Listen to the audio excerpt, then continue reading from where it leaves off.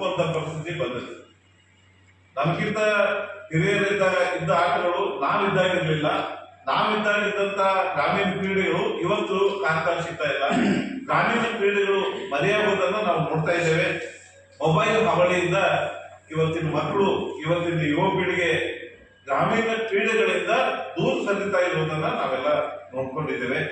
ಆ ಒಂದು ನಿಟ್ಟಿನಲ್ಲಿ ಹಳೆಯ ಏನು ಕ್ರೀಡೆಗಳನ್ನ ಇವತ್ತಿನ ಯುವ ಪೀಳಿಗೆಗೆ ಪರಿಚಯ ಮಾಡುವಂತ ಒಂದು ಉದ್ದೇಶ ಇಟ್ಕೊಂಡು ಇಲ್ಲಿಯ ಹಳೆಯ ಜನರ ಒಂದು ತಾವೇನು ಚಿಕ್ಕವರಿದ್ದಾಗ ಗಾಳಿಪಟವನ್ನು ಹಾರಿಸ್ತಾ ಇದ್ರಲ್ಲ, ಆ ಒಂದು ನೆನಪುಗಳನ್ನ ಮೆಲುಕು ಹಾಕುವಂತ ಒಂದು ಸಂದರ್ಭ ಒದಗಿಸುವಂತ ದೃಷ್ಟಿಯಿಂದ ಈ ಒಂದು ಮಕ್ಕಳ ಮನಸ್ಸಿಗೆ ಮುದ ನೀಡುವಂತ ಒಂದು ಚಿಕ್ಕ ಒಂದು ಪ್ರಾಮಾಣಿಕ ಪ್ರಯತ್ನವನ್ನ ರೋಟರಿ ಸಂಸ್ಥೆ ಮಾಡ್ತಾ ಇದೆ. ಇವತ್ತಿನ ದಿವಸ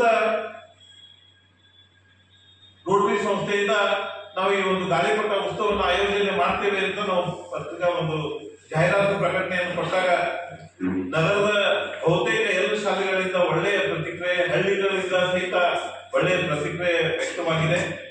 ಇಲ್ಲಿವರೆಗೆ 1043 ವಿದ್ಯಾರ್ಥಿನಿಯರು ಈ ಗಾಳಿಪಟ ಉತ್ಸವದಲ್ಲಿ ಪಾಲ್ಗೊಳ್ತಾ ಇದ್ದಾರೆ.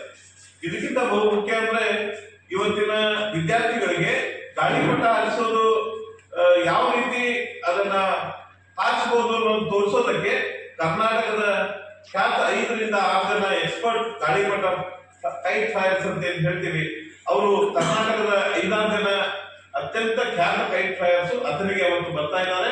ಅವರಿಗೆ ಅವರ ಒಂದು ಪ್ರತ್ಯೇಕ ಒಂದು ಸ್ಥಳವನ್ನ ನಿಗದಿ ಮಾಡಿ ಅವರಿಂದಲೂ ಸಹಿತ ನಾವು ಪ್ರದರ್ಶನ ಕೊಡುವಂತ ವ್ಯವಸ್ಥೆಯನ್ನ ಮಾಡಿದ್ದೇವೆ. ಬರುವ ಎಲ್ಲ ವಿದ್ಯಾರ್ಥಿನಿಯರಿಗೆ ಗಾಳಿಪಟವನ್ನ ನಾವೇ ಉಚಿತವಾಗಿ ಕೊಡ್ತಾ ಇದ್ದೇವೆ. ಜೊತೆಗೆ ಮಾಂಜಾದಾರದಿಂದ ಆಗುವ ಒಂದು ಅನೇಕ ದುರ್ಘಟನೆಗಳನ್ನು ನಾವು ನೋಡಿದ್ದೇವೆ. ಅದಕ್ಕಾಗಿ ಮಾಂಜಾದಾರರ ಬಳಕೆಗೆ ಇಲ್ಲಿ ಅವಕಾಶ ನೀಡಿಲ್ಲ. ದಾರವನ್ನು ಸಹಿತ ನಾವೇ ಕೊಡ್ತಾ ಇದ್ದೇವೆ. ಜೊತೆಗೆ ಭಾಗವಹಿಸುವ ಎಲ್ರಿಗೂ ಒಂದು ಸರ್ಟಿಫಿಕೇಟ್ ಅನ್ನ ಕೊಡುವಂತ ವ್ಯವಸ್ಥೆಯನ್ನ ನಮ್ಮ ರೋಟರಿ ಸಂಸ್ಥೆ ಮಾಡಿದೆ. ಮುಖ್ಯವಾಗಿ ಈ ಒಂದು ಕ್ರೀಡೆಯಲ್ಲಿ ಈ ಗಾಳಿಪಟ ಉತ್ಸವದಲ್ಲಿ ಭಾಗವಹಿಸಬೇಕು. ಅವರು ಈ ಮೂಲಕ ಗಾಳಿಪಟ ಏನು ಈಗ ಜನರಿಂದ ಮರೆ ಆಗ್ತಾ ಇದೆ ಅದಕ್ಕೆ ಒಂದು ಪುನರ್ಜೀವ ಕೊಡುವಂತ ಒಂದು ಪ್ರಾಮಾಣಿಕ ಪ್ರಯತ್ನವನ್ನ ನಾವು ಮಾಡ್ತಾ ಇದ್ದೇವೆ. ಇದಕ್ಕೆ ಯಾವುದೇ ಒಂದು ಪ್ರವೇಶ ಫೀ ಇಲ್ಲ, ಉಚಿತವಾಗಿ ಎಲ್ಲರೂ ಭಾಗವಹಿಸಬಹುದು.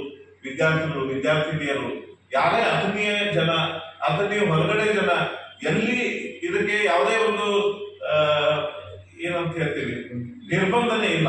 ಯಾರು ಬೇಕಾದ್ರೂ ಎಲ್ಲಿಯವರು ಬೇಕಾದ್ರೂ ಬಂದು ಭಾಗವಹಿಸಬಹುದು, ಮುಕ್ತ ಅವಕಾಶ ಇದೆ.